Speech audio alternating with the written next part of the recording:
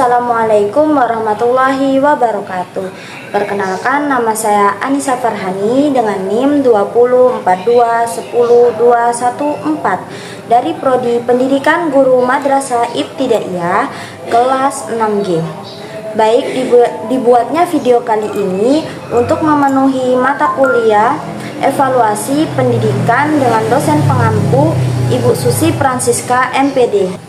Baiklah, saya di sini akan menjelaskan tentang pengertian evaluasi, pengertian asesmen, jenis-jenis asesmen, dan penilaian kognitif, afektif, dan psikomotorik.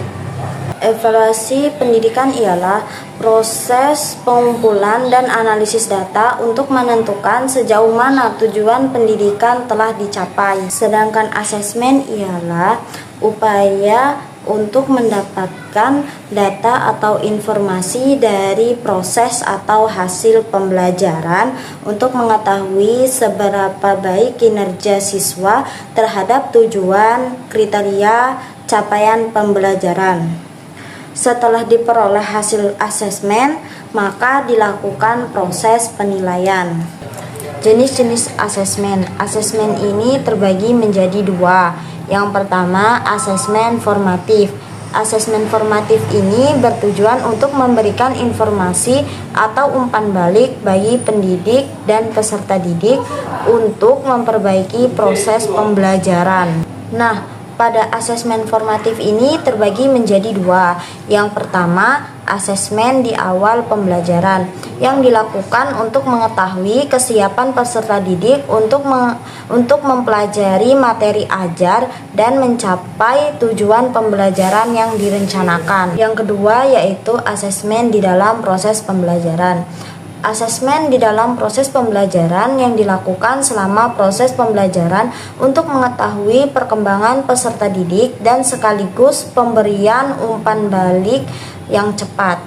Selanjutnya, asesmen sumatif, yaitu asesmen yang dilakukan untuk memastikan ketercapaian keseluruhan tujuan pembelajaran. Selanjutnya, penilaian kognitif, afektif, dan psikomotorik.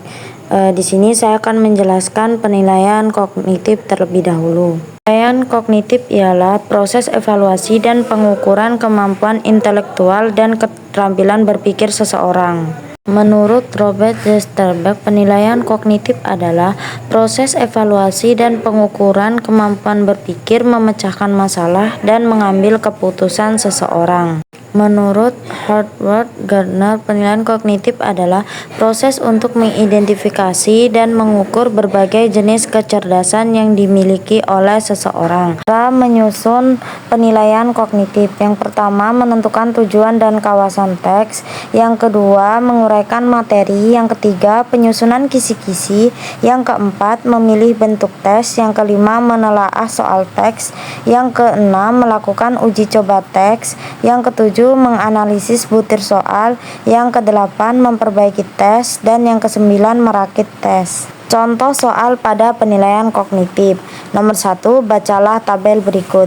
Ciri bahasa teks prosedur: yang pertama, kalimat yang mengandung perintah; yang kedua, menggunakan kata baku; yang ketiga, menggunakan kata tanya; yang keempat, bersifat objektif. Yang termasuk ciri bahasa teks prosedur adalah A. 1 dan 2, B. 1 dan 3, C. 2 dan 3, D. 2 dan 4. Karakteristik penilaian kognitif.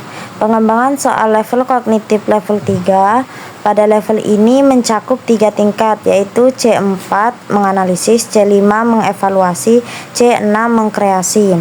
Karakteristik pada level 3 menunjukkan pengetahuan dan pemahaman lebih luas terkait materi pelajaran dan juga penerapan ide maupun konsep untuk kondisi serupa maupun berbeda. Selanjutnya, penilaian afektif.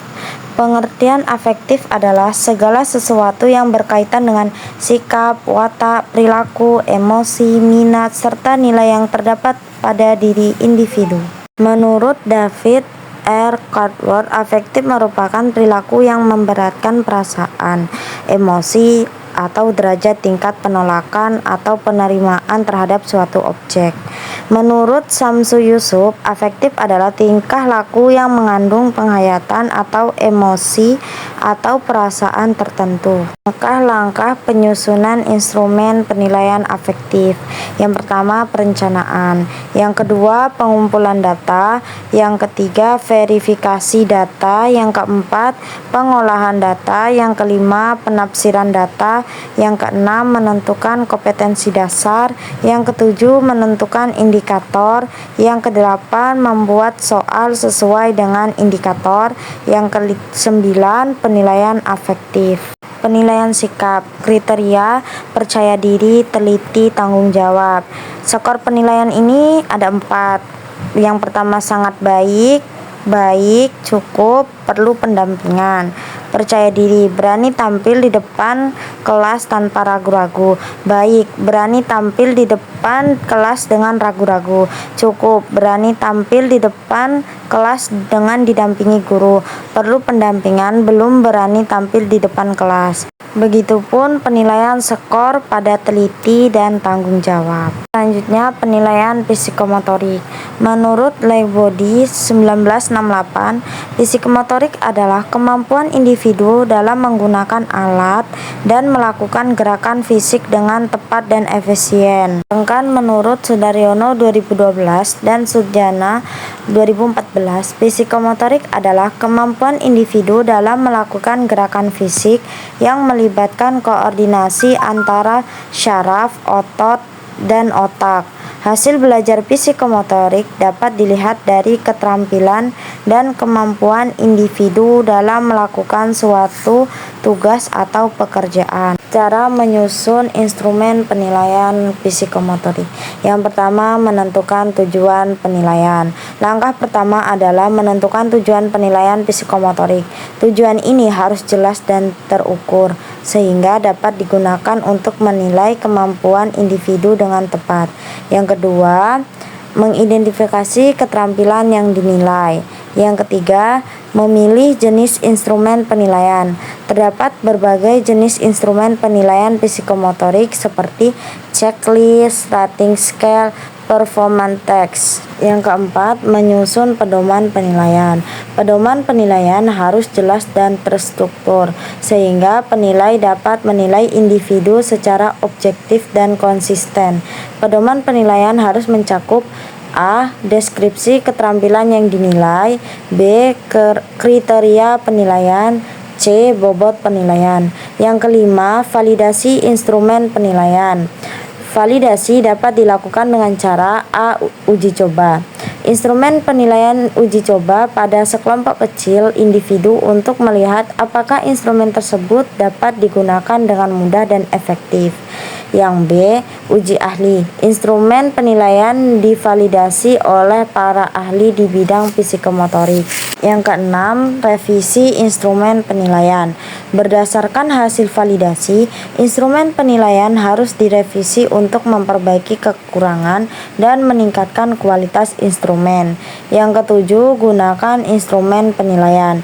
Instrumen penilaian yang telah divalidasi dan direvisi dapat digunakan untuk menilai kemampuan individu dalam melakukan keterampilan psikomotorik. Baik, itulah penjelasan materi tentang pengertian evaluasi, pengertian asesmen, dan penilaian kognitif, afektif, dan psikomotorik dari saya. Kurang dan lebihnya saya mohon maaf. Saya akhiri. Wassalamualaikum warahmatullahi wabarakatuh. You don't even know